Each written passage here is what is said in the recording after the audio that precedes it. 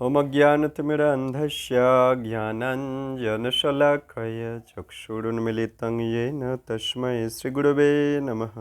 नमः विष्णुपादाय कृष्णप्रेष्ठाय भूतले श्रीमते भक्तिवेदान्तो स्वामिनीति नामिने। नमस्ते सरस्वते देवे गौरवाणी प्रचारिणे निर्विशेषशून्यवादी पाश्चात्यदेशतारिणे वञ्चाकल्पतरुभ्यश्च कृपा सिन्धुभ्येव च पतितानां पावनेभ्यो वैष्णवेभ्यो नमो नमः। जय श्री कृष्ण चैतन्य प्रभु नित्यानंद श्री अद्वैत गदाधर श्रीवासादि श्री गौर भक्तवृंद। हरे कृष्णा कृष्ण कृष्ण हरे हरे, हरे राम राम राम हरे हरे। जय जय पतित पावन गुरु महाराज की जय, जगत गुरु श्रील प्रभुपाद की जय, समवेत भक्त वृंद की जय। हरे कृष्ण। तो शुद्धि भक्तबृंद, আমরা দেবীপুর শ্রী শ্রী হরে কৃষ্ণ নামটার সঙ্গে সাপ্তাহিক ভাগবতম অধ্যয়ন করছি। ভাগবতমের প্রথম স্কন্ধ অধ্যয়ন হচ্ছে। গত সপ্তাহে আমরা প্রথম স্কন্ধের প্রথম অধ্যায় ঋষিদের প্রশ্ন নিয়ে আলোচনা করেছি। তো যেখানে নৈমিষারণ্য, কলিযুগের প্রাক্কালে নৈমিষারণ্যে সমবেত হয়ে ঋষিরা দীর্ঘকালব্যাপী যজ্ঞ সম্পন্ন করেছেন। কলিযুগের দুরবস্থা দেখে যজ্ঞ হয়ে যাওয়ার পরে এখন হরিকথার আয়োজন হয়েছে, ভাগবত পাঠের আয়োজন হয়েছে। পাঠক রূপে সুত গোস্বামী এবং শ্রোতা রূপে মুনি ঋষি, রাজশ্রী, ব্রহ্মশ্রী, সবাই মহর্ষিরা এসে হাজির, মহান ভক্তরা এসে হাজির গোটা পৃথিবী থেকে নৈমিষারণ্যে। সেই শ্রোতাদের লিডার শৌনক ঋষি সুত গোস্বামীকে এইভাবে বলেছিলেন, গত ক্লাসে আমরা শ্রবণ করেছি, যে আপনি শ্রদ্ধাশীল, বিনীত, আপনার গুরুদেবরা বিশেষভাবে আপনাকে কৃপা করেছেন হে সুত গোস্বামী। আপনি স্নিগ্ধ স্বভাবের, আপনি প্রীতিশীল শিষ্য, তাই আপনার গুরুদেবরা আপনাকে খুব শাস্ত্রের গোপন রহস্য আপনাকে বলেছে। আপনি কৃপা করে আমাদেরকে বলুন, আপনি আমাদেরকে বলুন জনসাধারণের পরম মঙ্গল কিভাবে হবে, সহজ করে আমাদের কাছে বলুন। কলিযুগের মানুষেরা তো অল্প আয়ু, তারা কলহ করে, অলস, মন্দগতি, ভাগ্যহীন, তার উপরে রোগ আছে তাদের শরীরে। তাই তাদের মতো দুরবস্থা দেখে, তাদের দুরবস্থা দেখে আপনি কৃপা করে শাস্ত্রের মূল কথাগুলো আমাদেরকে ভেঙে বলুন। বহু শাস্ত্র আছে, আপনি বহু শাস্ত্র পড়াশোনা করেছেন, সেই সমস্ত শাস্ত্রে নানা রকমের কর্তব্য কর্মের কথা আছে, যা অনেক বছর ধরে পড়াশোনা করলে তবে বোঝা যায়। কিন্তু কলিযুগের মানুষের তো অত আয়ু নেই। আপনি কৃপা করে সব পড়েছেন, তো কৃপা করে সেগুলোর অর্থ সরলভাবে সবার মঙ্গলের জন্য, মনুষ্য জীবন সার্থক করার জন্য কি করণীয় সেটা ভেঙে বলে দিন, যাতে করে সবাই সুপ্রসন্ন হতে পারে। আরও বলছিলেন শৌনক ঋষি সুত গোস্বামীকে, যার অবতার আবির্ভাব সব জীবের মঙ্গল হয়, সমৃদ্ধি হয়, সেই ভগবানের লীলাগুলো আমরা শুনতে খুব অভিলাষী। ভগবান কৃষ্ণের লীলাগুলো আমাদেরকে বলুন। গুরু পরম্পরায় লব্ধ সেই জ্ঞান আমাদের কাছে বলুন, যেটা আপনি গুরু পরম্পরা থেকে শিখেছেন। কেননা তা শুনলে আর বললে সবার মঙ্গল হবে। আপনি সেই হরিকথা, ভাগবত কথা বলুন।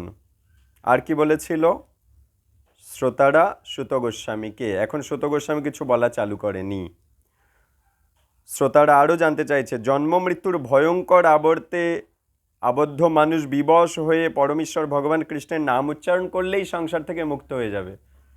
সেই কৃষ্ণের নাম যার মুখে থাকে, সেই কৃষ্ণ নাম এবং সেই ব্যক্তিকে স্বয়ং কালও ভয় পায়, তাকে ছেড়ে দেয়, তাকে জন্ম মৃত্যুতে ঘোরাতে পারে না, যার মুখে কৃষ্ণ নাম থাকে। তাই আপনি সেই নামের মহিমাও বলুন। এরপর আরও বলেছিল, যারা কৃষ্ণের চরণে আশ্রয় নিয়েছে সেই বৈষ্ণবরা তো দর্শনেও পবিত্র করে। গঙ্গা তো স্পর্শ করলে মানুষ পবিত্র হয়, আপনি সেই মহান ভক্ত, আপনি ভগবানের চরণে আশ্রয় নিয়েছেন, আপনি দর্শনে আমাদেরকে পবিত্র করে দিচ্ছেন, তাই আপনি ভগবানের কথা বলুন। আরও বলেছিল কলিযুগে তো পাপের পঙ্কিল অবস্থা, সেই পাপের পঙ্কিল অবস্থা থেকে বাঁচানোর জন্য এমন কে আছে যে ভগবানের কথা না শুনে থাকতে পারবে, যে পাপের পাঁক থেকে নিজেকে বাঁচাতে চায়। তাই আমরা কলিযুগের সবাইকে পাপের এই দুরবস্থা থেকে বাঁচানোর জন্য আপনার কাছ থেকে হরিকথা শুনতে চাই, আপনি বলুন। সেই ভগবানের কার্যকলাপ তো মহৎ, উদার, তার লীলা তো নারদ ইত্যাদি মহান ঋষিরাও সবসময় চিন্তা করছে, বলছে। তাই সেই ভগবানের লীলা সবার মঙ্গল হবে, আমরা শুনতে খুব আকুল। আপনি ভগবানের লীলা বিলাসের কথা বলুন, তার বিভিন্ন অবতার এসেছিল সেগুলোও বলবেন, কিন্তু এভাবে জানতে ব্যাকুল হচ্ছে। দয়া করে আপনি আমাদের কাছে ভগবানের অসংখ্য অবতারের কথা বলবেন, ভগবান কি কি অবতার রূপে এসেছিল বলবেন কিন্তু। আর আমরা শুনেছি ভগবানের লীলা সব চিন্ময় শক্তি যোগমায়ার দ্বারা হয়। আপনি সেই ভগবানের দিব্য লীলাগুলো, যেগুলো যোগমায়াকে আশ্রয় করে ভগবান করেন, সেইগুলো আমাদেরকে বলবেন। আরও বলেছিল যে উত্তম শ্লোক দিয়ে ভগবানকে বন্দনা করা হয়, সেই ভগবানের কথা আমরা যতই শুনেছি না কেন আমাদের কান তৃপ্ত হয়নি, তাই আপনি আমাদেরকে হরিকথা শোনান, আমরা শুনব। ভগবান আরও বলেছিল, মানে ওরা আরও বলেছিল, ঋষিরা, শৌনক ঋষি সুত গোস্বামীকে আরও বলেছিল, কৃষ্ণ এবং বলরাম রূপে তারা মনুষ্য রূপে লীলাবিলাস করেছে, আমরা শুনেছি। তার স্বরূপ গোপন রেখে তিনি অনেক অলৌকিক কার্যকলাপ করেছেন, নিজে যে ভগবান সেটা বুঝতে দেয়নি। মানুষের মতো রূপ ধরে অনেক অলৌকিক কার্যকলাপ করেছে, তাদের লীলাগুলো আমাদের বলো, আমরা শুনবো বলে বসেছি। কলিযুগ আসছে দেখে আমরা বৈষ্ণব ক্ষেত্রে এই নৈমিষারণ্যে দীর্ঘকালব্যাপী যজ্ঞ অনুষ্ঠান করেছি, এখন আমরা হরিকথা শুনতে চাই, বলুন আমাদেরকে। আরও বলেছিল কলিযুগে এই কলির ঝড়ে সবার মানুষের মধ্যে থেকে সদ্গুণ অপহরণ করে নিচ্ছে কলি। সমুদ্রের পরপারে, মানে ভব সমুদ্র যারা পার করতে চায় তাদের কর্ণধার আপনি। ভগবান দয়া করে আপনাকে আমাদের কাছে পাঠিয়েছে, হে সুত গোস্বামী, আপনাকে পাঠিয়েছে ভগবান আমাদের কাছে। আমরা ভবসমুদ্র পার হতে চাই, আর আপনি নৌকার মাঝি। আপনি আমাদেরকে কৃপা করে এই ভবসমুদ্র পার করার জন্য ভগবানের কথা বলতে থাকুন। আর জিজ্ঞাসা করেছিল, ভগবান কৃষ্ণ দাপর যুগে তো লীলা শেষ করে চলে গেলেন, ধর্ম রক্ষার জন্য কার হাতে রেখে গেলেন, সেটাও বলবেন কিন্তু। তো আজ থেকে আমরা দ্বিতীয় অধ্যায়ে প্রবেশ করছি, দিব্য ভাব এবং দিব্য সেবা। তো রোমহর্ষণ পুত্র উগ্রশ্রবা সৌনগাদি ব্রাহ্মণদের এইসব প্রশ্ন শুনে সুত গোস্বামী, মানে যিনি বলবেন, সুত গোস্বামী হরিকথা বলবেন, ইনি রোমহর্ষণের পুত্র উগ্রশ্রবা সৌনগাদি ব্রাহ্মণদের এই সমস্ত প্রশ্ন শুনে তৃপ্ত হয়েছেন। বাহ, কত ভালো প্রশ্ন! এবং এটা দেখে তৃপ্ত হয়েছেন যে এরা হরিকথা শোনার জন্য কত আকুল। এটা দেখলে পাঠক খুব খুশি হন, সন্তুষ্ট হন এবং ধন্যবাদ জানালেন এবং তাদের প্রশ্নের উত্তর দিতে শুরু করলেন। সুত গোস্বামী এই প্রথম বলতে লাগছে, আমি সেই মহর্ষিকে, মানে সুখদেব গোস্বামীকে আমার প্রণাম নিবেদন করছি। সুত গোস্বামী যার থেকে শুনেছে হরিকথা, সেই সুখদেব গোস্বামীকে প্রণাম নিবেদন করছে হরিকথা বলার আগে। যিনি সমস্ত জীবের হৃদয়ে প্রবেশ করতে পারেন, সেই সুখদেব গোস্বামী। তিনি যখন সন্ন্যাস নিয়েছিলেন তখন উপনয়ন অনুষ্ঠান হওয়ার আগেই গৃহত্যাগ করে চলে যাচ্ছিলেন। অর্থাৎ সুখদেব গোস্বামী যখন মায়ের গর্ভ থেকে বেরিয়েছে, তা খুব ছোট্ট অবস্থা, সবেমাত্র গর্ভ থেকে নির্গত হয়েছে, কিন্তু তিনি 16 বছর মায়ের গর্ভে ছিলেন, 16 বছর মতো যুবক, কিন্তু একদম বালকের মতো। মনে কোনো জাগতিক কামনা বাসনা নেই। ছোট্ট ছেলে, ব্যাসদেবের ছেলে সুখদেব গোস্বামী জন্মেই কিছুদিনের মধ্যে তিনি বাবা মাকে ছেড়ে এই সংসার ছেড়ে চলে যাচ্ছে। তা গৃহত্যাগ করে চলে যাচ্ছিলেন, সন্ন্যাস নিলে যেমন হয় আর কি।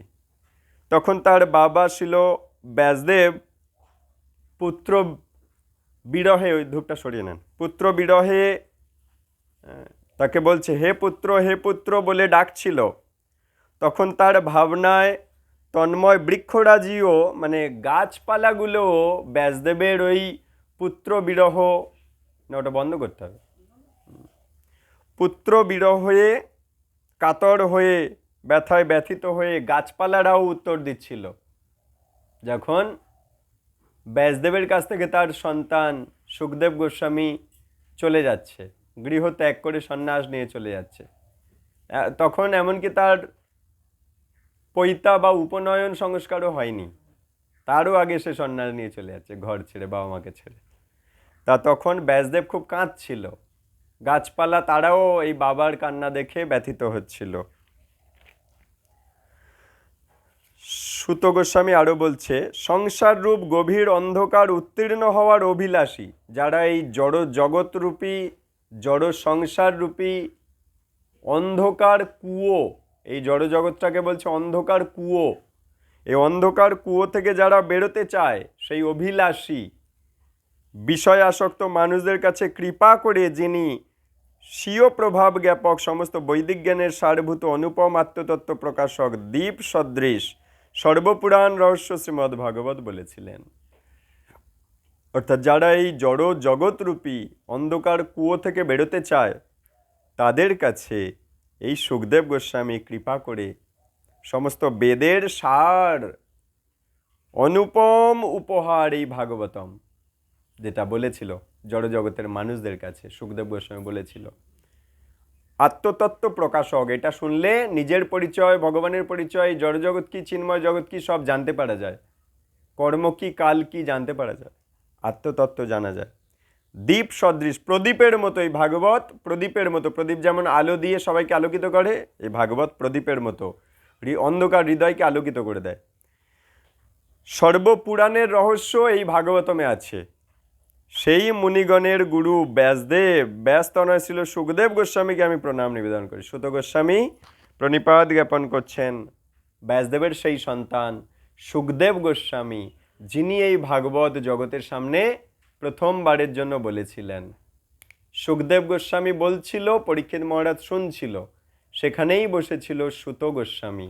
সুত গোস্বামীও শ্রবণ করেছে, এবারে সুত গোস্বামী বলছে নৈমিষারণ্যে, সেখানে শৌনক ইত্যাদি ঋষিরা সব বসে আছে।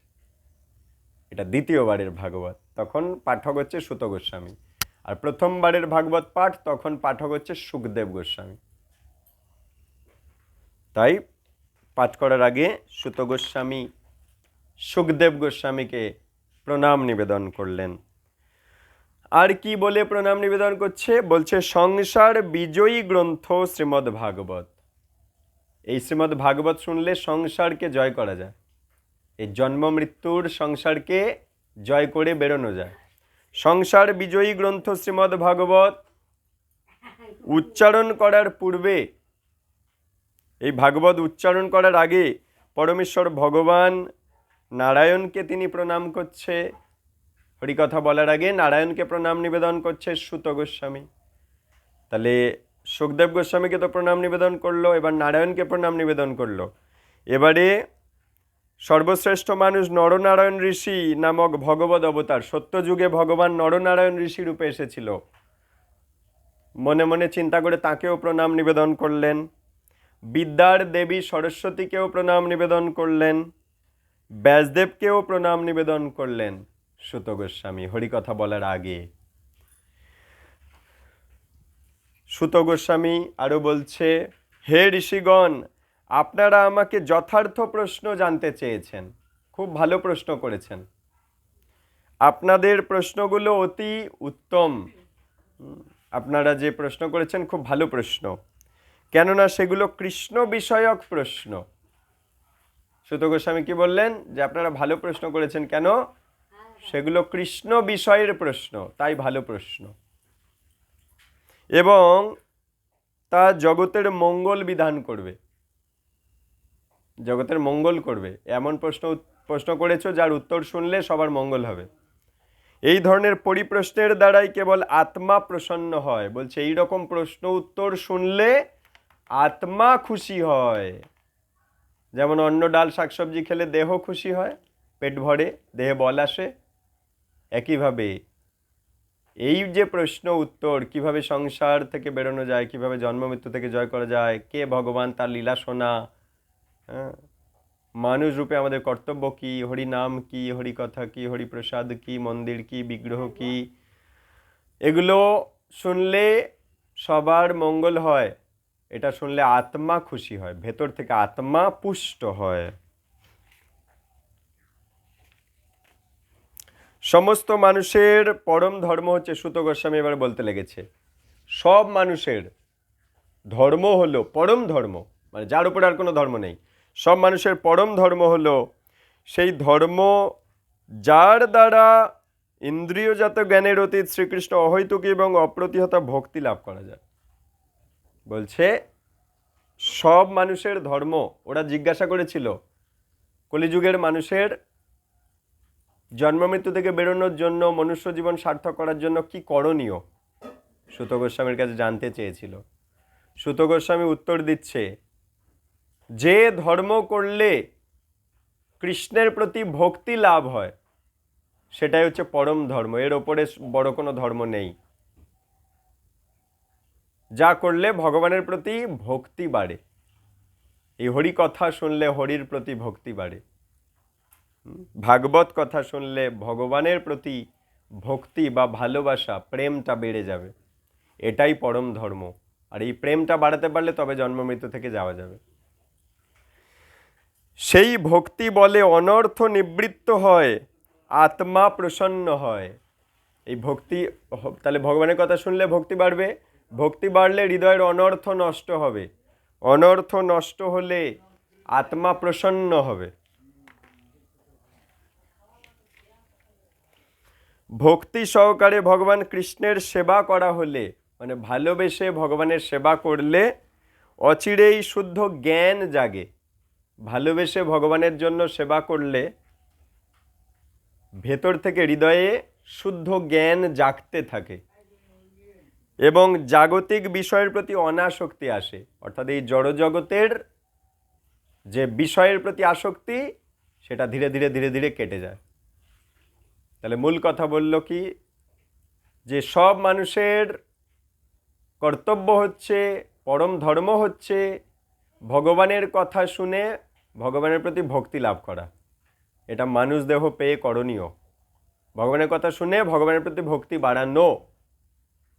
পরক্ষণে বললেন যে ভক্তি বাড়লে অনর্থ নিবৃত্তি হয়, যত পাপ পুণ্য, যত আমাদের খারাপ সব আছে সেগুলো অনর্থ, সেগুলো ঠিক হয়ে যায়।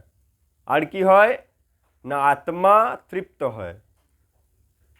আর কি হয় না, ভক্তি সহকারে ভগবান কৃষ্ণের সেবা করলে শুদ্ধ জ্ঞানও জাগে, হৃদয়ে শুদ্ধ জ্ঞান জাগতে থাকবে ভগবানের সেবা করলে। ভগবানের সেবার মহিমা এগুলো। ভগবানের মন্দির ঝাঁট দিলে, ভগবানের আরতি করলে, ভগবানের জন্য জল আনলে, ভগবানের জন্য রান্না করলে, ভগবানের জন্য এই নামহট্টের আয়োজন করলে, ভগবানের কথা বললে, ভগবানের গুণগান গাইলে, ভগবানের প্রণাম করলে, ভগবানের মন্দির পরিক্রমা করলে, ভগবানের তুলসীকে প্রণাম নিবেদন করলে, জল দিলে, পরিক্রমা করলে, আরতি করলে, প্রদীপ দেখালে, ধূপ দেখালে, শাঁখ বাজালে, ভগবান খুব খুশি হয়। এগুলো করলে কি হয়, ভগবান খুশি হয়, আমাদের আত্মা খুশি হয়, অনর্থ চলে যায় আর জ্ঞান জাগরিত হয়।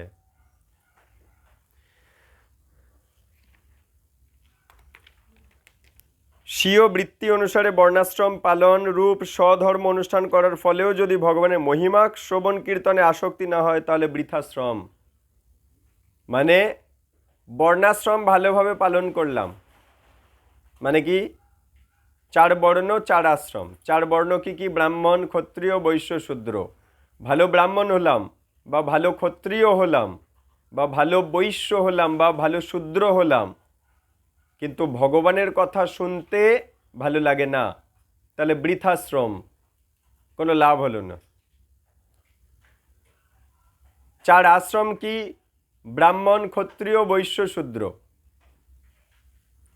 চার আশ্রম হচ্ছে ব্রহ্মচর্য, গারস্থ, বানপ্রস্থ, সন্ন্যাস। ভালো ব্রহ্মচারী হলাম, কিন্তু ভগবানের কথা শুনতে রুচি নেই, বৃথা হয়ে গেল।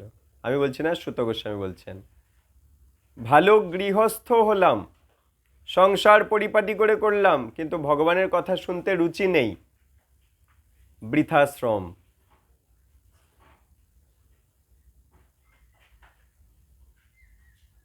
ভালো বানপ্রস্থী হলাম, সব কিছু ছেড়ে ছুড়ে দিয়ে বনে চলে গেলাম, কিন্তু ভগবানের প্রতি আসক্তি বাড়ল না, বৃথা। ভালো সন্ন্যাস হলাম, গেরুয়া বসন পড়লাম, কিন্তু ভগবানের প্রতি আসক্তি বা প্রেম জন্মায়নি, বৃথা। তাহলে সার্থক কি? গোবিন্দ তোমাকে যেখানে রেখেছে সেখানে থেকেই গোবিন্দের প্রতি সেবা কাজ করো, গোবিন্দের প্রতি প্রেম বাড়ানোর চেষ্টা করো। প্রেম বাড়বে কিভাবে? ভগবানের সেবা করলে ভগবানের প্রতি প্রেম বাড়বে, তাহলে তোমার জীবন সার্থক। সে তুমি গৃহী হও আর বনে থাকো, আর গুরু গৃহে থাকো, যেখানে পারে থাকো।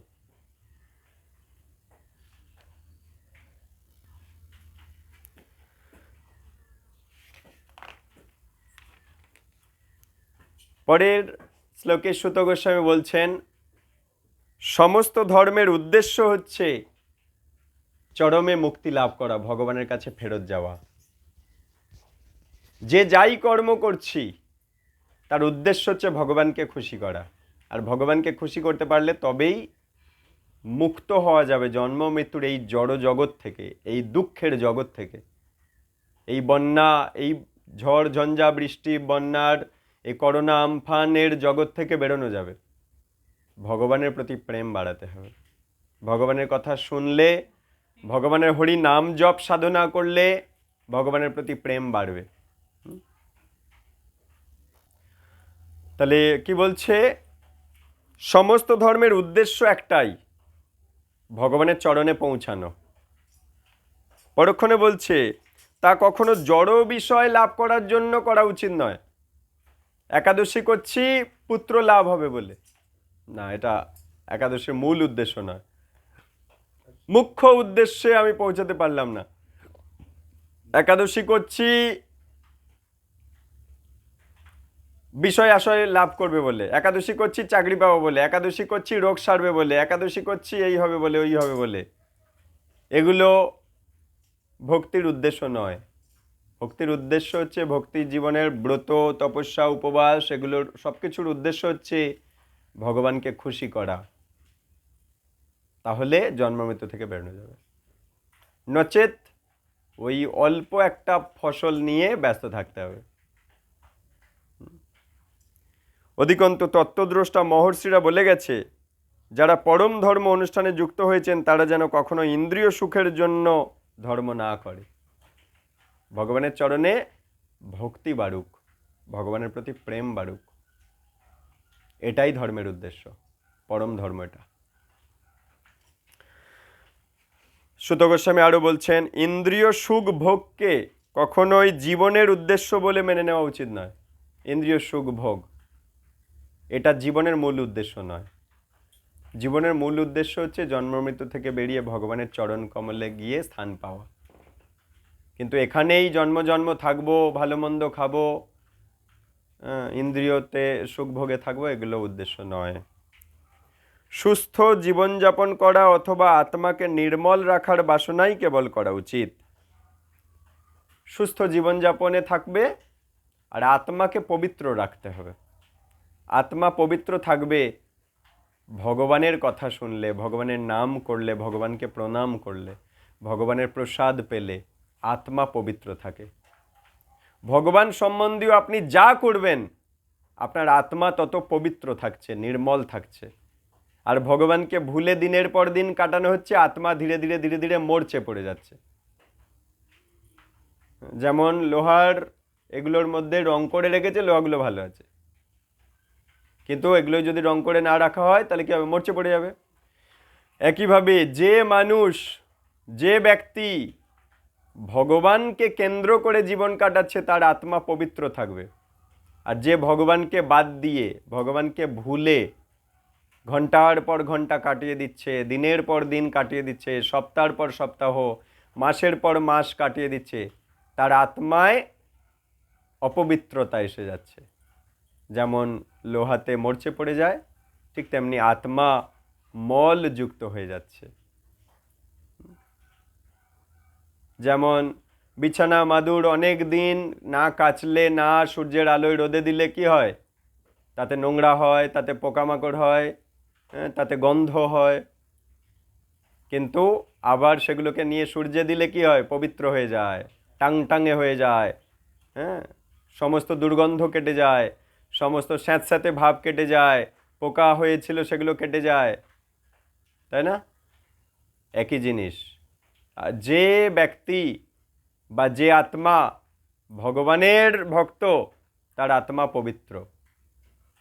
যে যত বেশি ভগবানকে চিন্তা করে দিন কাটাচ্ছে, সে তত পবিত্র হচ্ছে। আমি বলছি না, সুত গোস্বামীকে বলছে, সুস্থ জীবনযাপন করা অথবা আত্মাকে নির্মল রাখার বাসনাই কেবল করা উচিত। বাসনাটা কি হওয়া উচিত? 4 তলা বাড়ি হোক, 10টা গাড়ি হোক, 2 বিঘে জমি হোক, 10 বিঘে জমি হোক, ব্যাংকে কোটি কোটি টাকা হোক, এটা বাসনা নয়। কেন? এই বাসনাগুলো করে কোনো লাভ নেই। কয়েকটা বছরের মধ্যে আপনি মারা যেতে পারেন, আর যেতেই হবে, কিন্তু একটা চারানা পয়সাও আপনি নিয়ে যেতে পারবেন না। তাহলে এখানে বলছে কি বাসনা করা উচিত?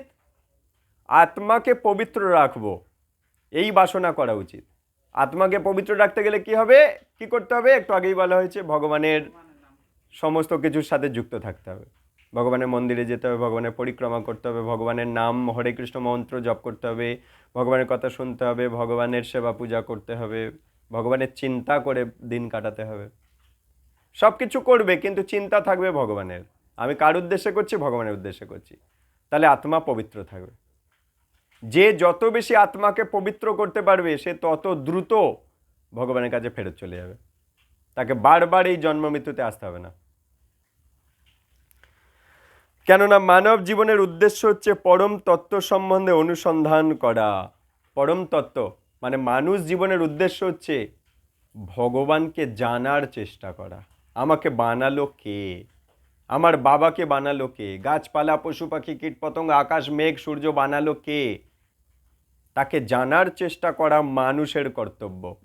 এটা গরু ছাগল করতে পারবে না, আরশোলা টিকটিকি ব্যাঙ সাপ করতে পারবে না। মানুষ এই নামট্ট ক্লাসে এসে ভগবানকে জানার চেষ্টা করতে পারবে, তার জন্য ভাগবত শুনতে হবে। এছাড়া অন্য কোনো উদ্দেশ্য নিয়ে কর্ম করা উচিত নয়। ভগবানের খুশির জন্য কর্ম করা উচিত। আমি ঘর ঝাঁট দিচ্ছি, জানতে হবে এই ঘরটা আমারও নয়, আমার স্বামীরও নয়, সবাইকেই ছেড়ে চলে যেতে হবে এই ঘর ছেড়ে।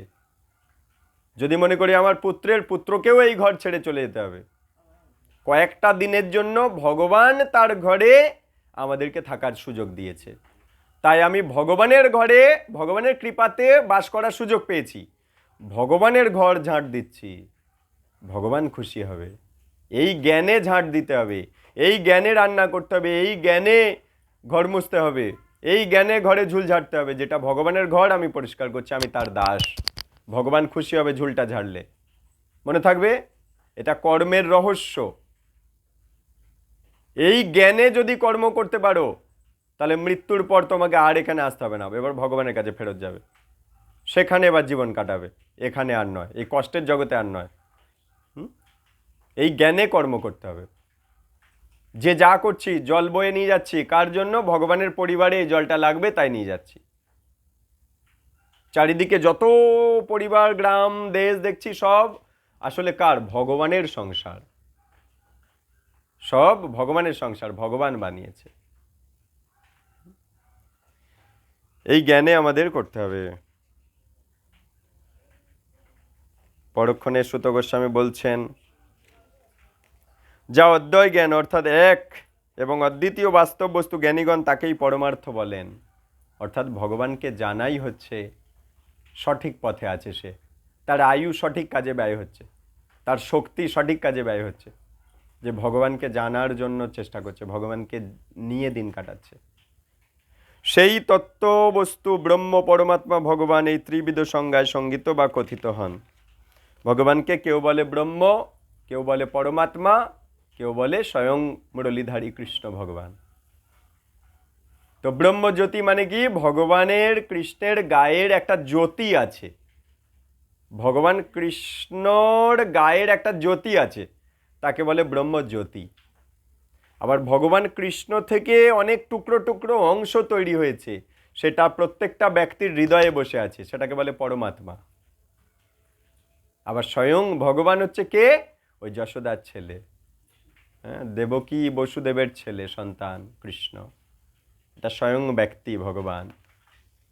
তার দেহের টুকরো টুকরো অংশ এই পরমাত্মা সবার দেহে বসে আছে, আর তার গায়ের জ্যোতিটা হচ্ছে ব্রহ্মজ্যোতি। এই হচ্ছে ভগবান সম্বন্ধীয় জ্ঞান। হ্যাঁ,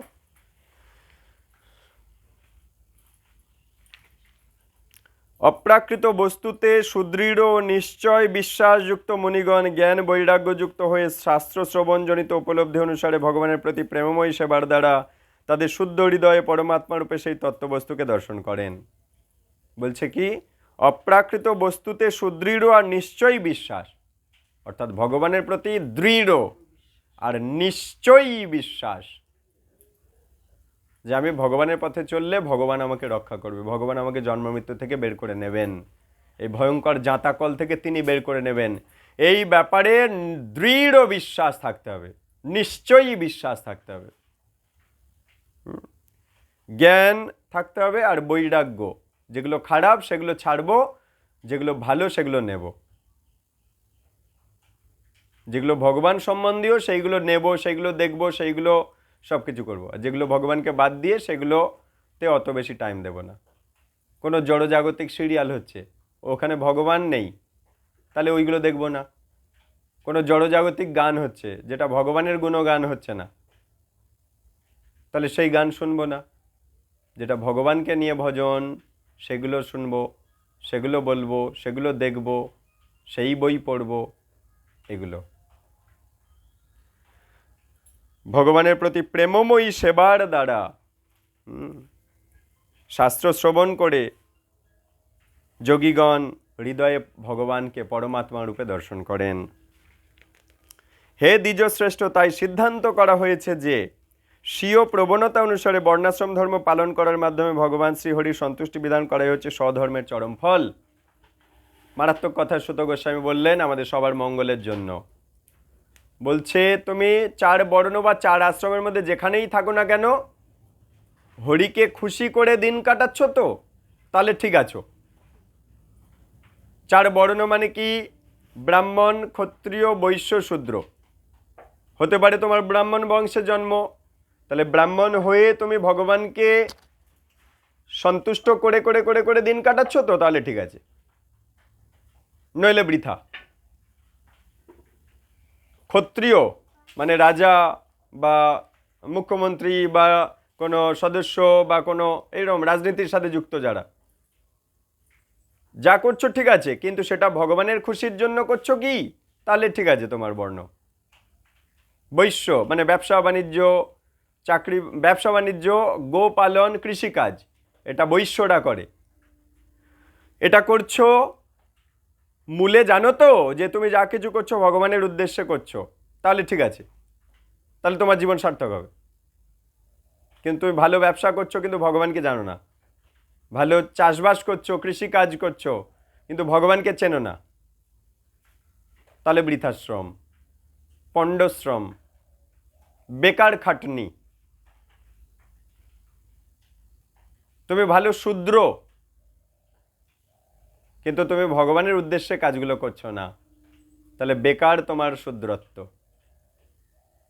ভালো ব্রহ্মচারী, ভালো গারস্থী, ভালো বানপ্রস্থী, ভালো সন্ন্যাসী, যাই হও না কেন, যদি ভগবানের, এখানে তাই বলছে শ্রী হরির সন্তুষ্টি বিধান করাই হচ্ছে চরম ফল। তুমি যদি হরির সন্তুষ্টি বিধান করে দিন কাটাচ্ছ তাহলে ঠিক আছে, নইলে সব বেকার। তাহলে আমরা সবাই কি? গৃহী আর বৈশ্য। বর্ণের দিক দিয়ে দেখলে আমরা বৈশ্য, মানে ব্যবসা বাণিজ্য আর কৃষিকাজ, এগুলো আমাদের করণীয়। আর আশ্রমের দিক দিয়ে দেখতে গেলে আমরা গারস্থ আশ্রমে আছি। তাহলে ব্যবসা বাণিজ্য করি আর কৃষি কাজ করি, গো পালন করি, যাই করি না কেন, উদ্দেশ্য ভগবানকে খুশি করার জন্য করছি, আমি ভগবানের দাস। আর আমি কোন আশ্রমে আছি? গৃহস্থ আশ্রমে আছি। আমরা সবাই গৃহী, সংসারী। তাহলে কার সংসার করছি? কৃষ্ণের সংসার করছি, কৃষ্ণকে খুশি করার জন্য। তাহলে ঠিক আছে। তাই একাগ্র চিত্তে মানে মনটাকে একাগ্র করে নিরন্তর ভক্তবৎসল ভগবানের মহিমা শ্রবণ, কীর্তন, স্মরণ এবং আরাধনা করা কর্তব্য। বলছে কলিযুগে মানুষের আয়ু অল্প, কি করে জীবন কাটালে জীবন সার্থক হবে, জন্ম মৃত্যু থেকে বেরিয়ে যাব? উত্তর দিল, একাগ্র চিত্তে মানে মন দিয়ে, নিরন্তর মানে কতক্ষণ? সব সময় ভক্তবৎসল ভগবানের মহিমা শুনতে হবে, কীর্তন করতে হবে মানে গুনগুন করে ভগবানের জয়ধ্বনি দিতে হবে, বা ভগবানের ভজন করতে হবে, বা হরিনাম করতে হবে, হরে কৃষ্ণ কৃষ্ণ কৃষ্ণ হরে হরে, হরে রাম রাম রাম হরে হরে। এটা কীর্তন করা বলে। স্মরণ করা, ভগবানের কথা চিন্তা করতে হবে, ভগবানের চরণ সবসময় চিন্তায় রাখতে হবে, এবং তার আরাধনা করা কর্তব্য। যদি তুমি এই অল্প আয়ুর মধ্যে এই কলিযুগের ভয়ঙ্কর দুরবস্থা থেকে নিজেকে মুক্ত করতে চাও, নিজের মঙ্গল করতে চাও, নিজের জন্মমৃত্যু থেকে বের করে ভগবানের কাছে যেতে চাও, তাহলে তোমাকে কি করতে হবে? মন দিয়ে নিরন্তর ভক্তবৎসল ভগবানের মহিমা মানে কৃষ্ণের মহিমা শ্রবণ করতে হবে, কান দিয়ে শুনতে হবে। আর কি? কীর্তন করতে হবে, মুখ দিয়ে বলতে হবে। আর কি? স্মরণ করতে হবে, মন দিয়ে তার কথা চিন্তা করতে হবে। আর তার আরাধনা করা কর্তব্য। সমস্ত শাস্ত্র পড়াশোনা করে, সমস্ত গুরুদেবের মুখ থেকে শুনে সুত গোস্বামী পাঠক এক কথায় উত্তর দিল, তুমি যেখানেই আছো ভগবানকে স্মরণ করো, ভগবানের মহিমা কীর্তন করো, ভগবানের নাম কীর্তন করো, মুখে বলো, আর ভগবানের কথা শোনো, তাহলে তোমার এই অল্প আয়ুর মধ্যেও তুমি ভগবানের কাছে চলে যেতে পারো। বড় বড় যজ্ঞ করতে হবে না, বড় বড় হিমালয়ে গিয়ে তপস্যা করতে হবে না, যেখানে আছো ভগবানকে চিন্তা করে দিন কাটাও, ভগবানের নাম মুখে বলতে বলতে দিন কাটাও। কি ভগবানের নাম কি বললো সবাই? হরে কৃষ্ণ কৃষ্ণ কৃষ্ণ হরে হরে, হরে রাম রাম রাম হরে হরে। তাহলে এই ক্লাসের পর থেকে যখন ঝাঁট দেবে, ঘরের কাজকর্ম করবে, মুখে হরিনাম গুনগুন গুনগুন যেন থাকে, এটা যেন বন্ধ না হয়। সারাদিন করলে ঘুমের সময়ও দেখবে হরে কৃষ্ণ হচ্ছে স্বপ্নে। এইভাবে দিন কাটাও। সুত গোস্বামী বলেছে এইভাবে দিন কাটালে জীবন সার্থক হবে। পরমেশ্বর ভগবানের অনুসরণ রূপ তরবারি দ্বারা, ভগবানকে স্মরণ করা একটা তরোয়াল। ভগবানকে স্মরণ করলে এই জন্ম মৃত্যু কেটে যাবে। ভগবানকে স্মরণ করার এত ক্ষমতা, ভগবানকে চিন্তা করলে এত মঙ্গল হয়, আমাদের আত্মা নির্মল হয়ে যায়। কি বলছে? পরমেশ্বর ভগবানের অনুসরণ রূপ তরবারির দ্বারা, তরবারি মানে তরোয়াল, ভগবানকে স্মরণ করা এটা ধারালো তরোয়ালের মতো, এই জন্ম মৃত্যুর চক্র কেটে দেবে। তাই এখানে বলছে ভগবানের অনুসরণ রূপ তরবারির দ্বারা জ্ঞানী পুরুষেরা এই কর্মবন্ধন ছেদন করেছে, জন্ম মৃত্যু ছেদন করেছে, ভগবানকে স্মরণ করে ছেদন করে দিয়েছে।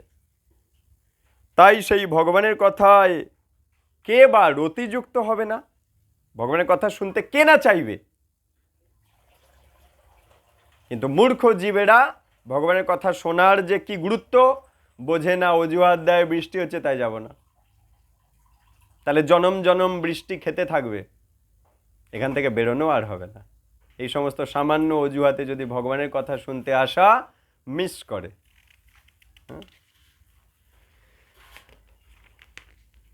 হে ব্রাহ্মণ ঋষিগণ, সুত গোস্বামী বলছে হে ঋষিগণ শোনো, সব রকমের পাপ থেকে সম্পূর্ণভাবে মুক্ত ভক্তদের সেবা করার ফলে মহৎ সেবা সাধিত হয়। একটু আগের শ্লোকটায় কি বললো? ভগবানের স্মরণ করলে জন্ম মৃত্যু কাটবে। এর পরক্ষণে কি বলছে জানো? বলছে পাপ থেকে মুক্ত ভক্তদের সেবা করলে মহৎ সেবা সাধিত হয়। হ্যাঁ, ভক্ত সেবা করলে মহৎ সেবা সাধিত হয়। এই ধরনের সেবার ফলে কৃষ্ণ কথা শ্রবণে আসক্তি বাড়ে। ভক্ত সেবা করলে মহৎ সেবা হয়ে যায়। তাহলে কি লাভ হয়? ভগবানের কথা শোনার আসক্তি বাড়ে। ভগবানের কথা শুনতে তখন ভালো লাগে।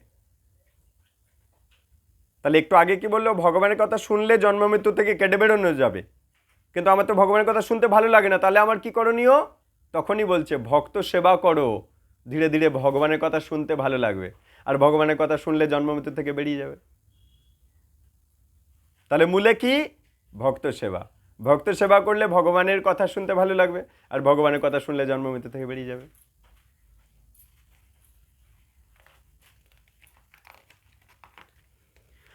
ভগবান কৃষ্ণ যিনি পরমাত্মা রূপে সবার হৃদয়ে বিরাজ করেন এবং যিনি হচ্ছেন সাধু বর্গের সুহৃদ, তিনি তার পবিত্র কথা শ্রবণ কীর্তনের অতিযুক্ত ভক্তদের হৃদয়ের সমস্ত ভোগ বাসনা বিনাশ করে।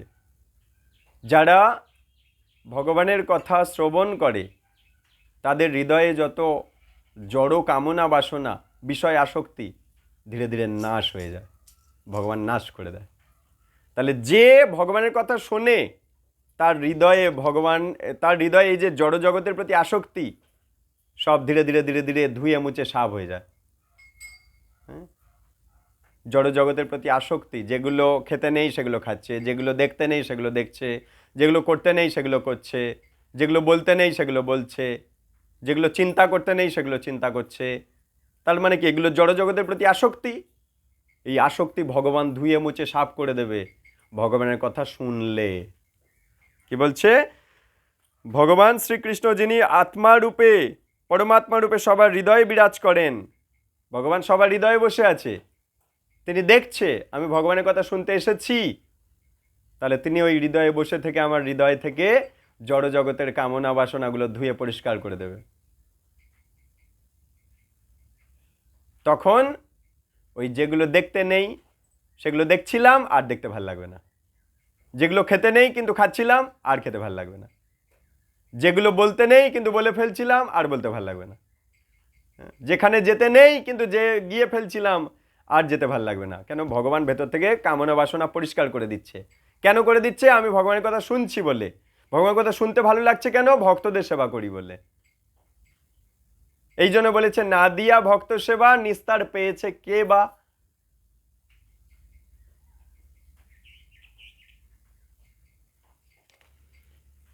তিনি তার পবিত্র কথা শ্রবণ কীর্তনের অতিযুক্ত ভক্তদের হৃদয়ে ভোগ বাসনা বিনাশ করে দেন। ভগবান আমাদের হৃদয়ের ভোগ বাসনাগুলো নাশ করে দেয়। কখন?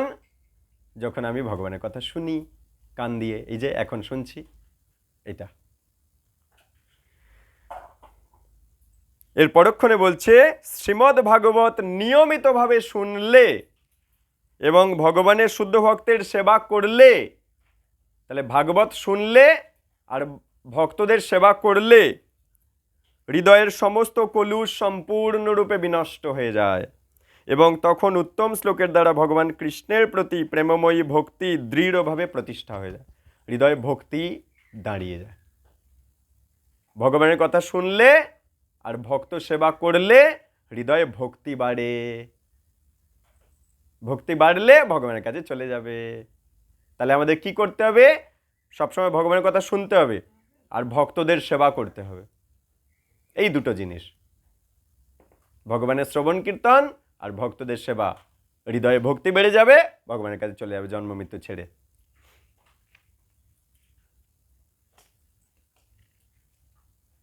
আর যখন ভক্তি হৃদয়ে বসে যায় গেড়ে, তখন রজতম গুণ থেকে যে কাম ক্রোধ লোভ হৃদয় থেকে সরে যায়। হৃদয়ে যেই ভক্তি বেড়ে যাবে, ভগবানের কথা শুনলাম, ভক্তদের সেবা করলাম, হৃদয়ে ভক্তি বাড়বে, আর হৃদয়ে যেই ভক্তি বাড়বে কাম ক্রোধ লোভ সব দূরে চলে যাবে। তখন ভক্ত শতগুণে অধিষ্ঠিত হয়ে সম্পূর্ণরূপে প্রসন্ন হয়ে যায়, আত্মা সন্তুষ্ট হয়ে যায় তখন। তাহলে ভগবানের কথা শোনা ভক্ত সেবা করা, হৃদয়ে ভক্তি বাড়বে, আর ভক্তি বাড়লে কাম ক্রোধ লোভ সব নষ্ট, খারাপ জিনিসগুলো চলে যাবে, আত্মা খুশি হয়ে যাবে। আত্মাকে ঘিরে রেখেছিল ওরা, কাম ক্রোধ লোভ এই সমস্ত বড় বড় হাঙর তিমি আত্মাকে ঘিরে ছিল, তারা সব দূরে চলে যাবে হৃদয়ে ভগবানের প্রতি ভক্তি বাড়লে। ভক্তি বাড়বে কি করে? ভগবানের কথা শুনলে আর ভক্ত সেবা করলে। এইভাবে শুদ্ধ সতে অধিষ্ঠিত হয়ে ভক্তি যোগে যুক্ত হওয়ার ফলে যার চিত্ত সন্তুষ্ট হয়ে গেছে, তিনি জড় বন্ধন মুক্ত হয়ে ভগবত বিজ্ঞান বুঝতে পারবে। তিনি তখন এই কৃষ্ণ কথা সব বুঝতে পারবে। আত্মার আত্মা পরমাত্মা ভগবানকে দর্শন হলে হৃদয় গ্রন্থি ছিন্ন হয়, সমস্ত সংশয় দূর হয়, কর্মফল ক্ষয় হয়ে যায়। ভগবানের প্রতি ভক্তি বাড়লে কর্মফল ক্ষয় হয়ে যায়। যত পূর্বে পূর্বে পাপ করেছি সব ক্ষয় হয়ে যায়। লোকে বলে তোরা ভক্ত হয়ে কি রক্ত পাল্টে এসেছিস? কিন্তু এখানে দেখুন বলে দিচ্ছে, ভগবানের কথা শুনলে যত পাপ কর্ম ভস্ম হয়ে যায় ভগবানের দয়ায়। কেন দয়া করবে না? কারণ আমি তার কথা শুনতে এসেছি, সেই জন্য দয়া করছে। আমার পাপ আর আমাকে নিতে হবে না, ভস্ম হয়ে যায়, পাপগুলো ক্ষয় হয়ে যায়, পাপের গোডাউনে আগুন লেগে যায় ভগবানের কথা শ্রবণ করলে। তো এই পর্যন্ত আজ বিশ্রাম দিচ্ছি, আমাকে পরের ক্লাসে যেতে হবে। মূল কথা তাহলে বুঝেছেন সবাই? পরের ক্লাসে আবার পরের থেকে বলবো। হরে কৃষ্ণ।